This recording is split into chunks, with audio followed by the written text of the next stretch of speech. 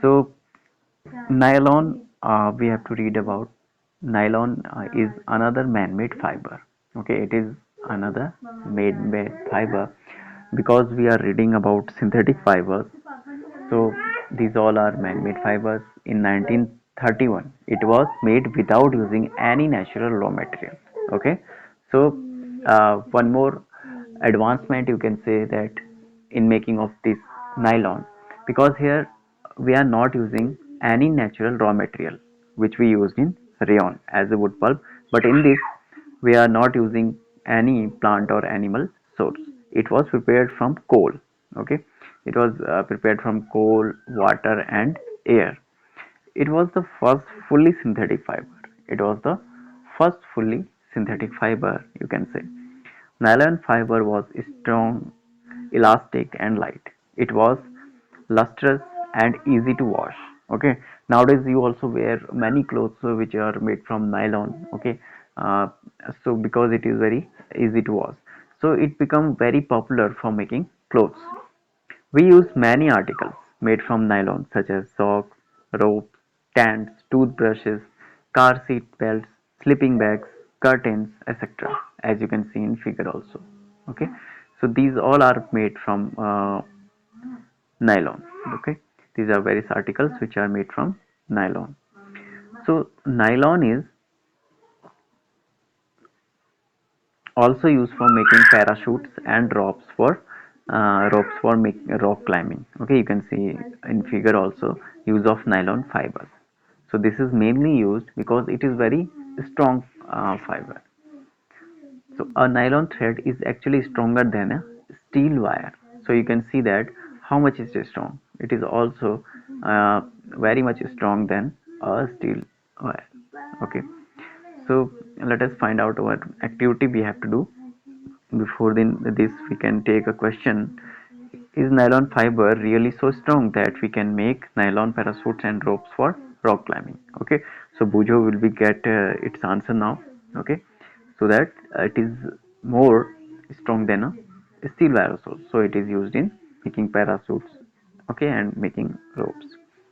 So one experiment or activity is also given here, that take an iron stand. Okay, like this you have to take one iron stand. Okay, and take a cotton thread of about 60 centimeter length.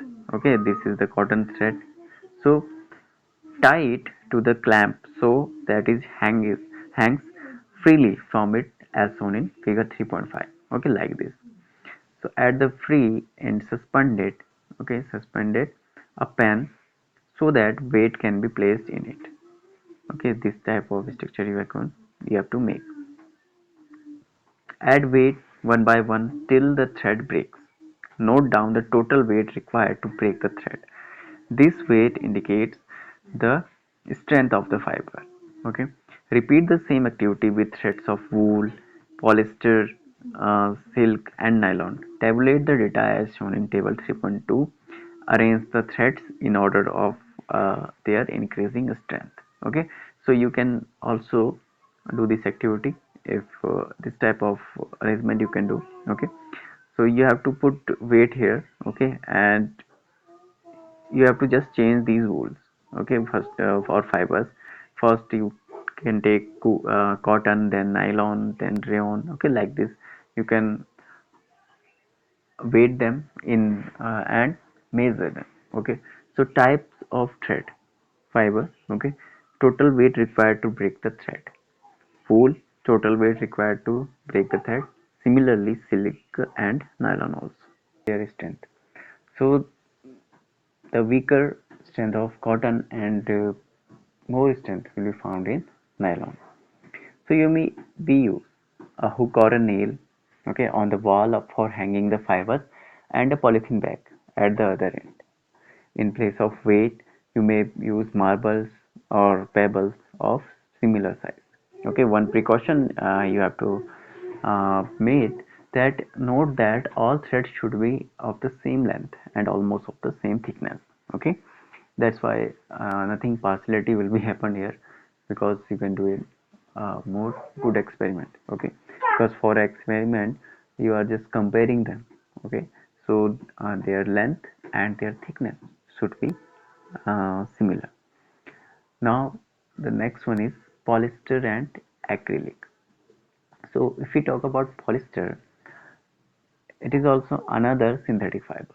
Okay, this fabric made from this fiber does not get wrinkled easily. So it also used in making many dress material and clothes because it is not wrinkled very easily. Okay, it remains crisp and is way too easy to wash also. So it is quite suitable for making dress material. You must have seen people wearing polyester shirts and other dresses. Okay, nowadays it's very popular. Terylene is a popular polyester. Okay, terylene is a type of polyester, you can say. It can be drawn into very fine fibers that can be woven like any other yarn. Okay, so now one thing is, I really want to know, my mother always buys PET bottles and PET jars for storing rice and sugar. I wondered that PET or PET is. Okay. So PET is polyethylene. Okay. You can also see in your bottles. So if it is written as PET, so polyethylene, okay, tetraethylene is a very familiar form of polyester. It is used for making bottles, utensils, films, wires, and many other useful products also. Okay, so it is used for making bottles, utensils, films, wires.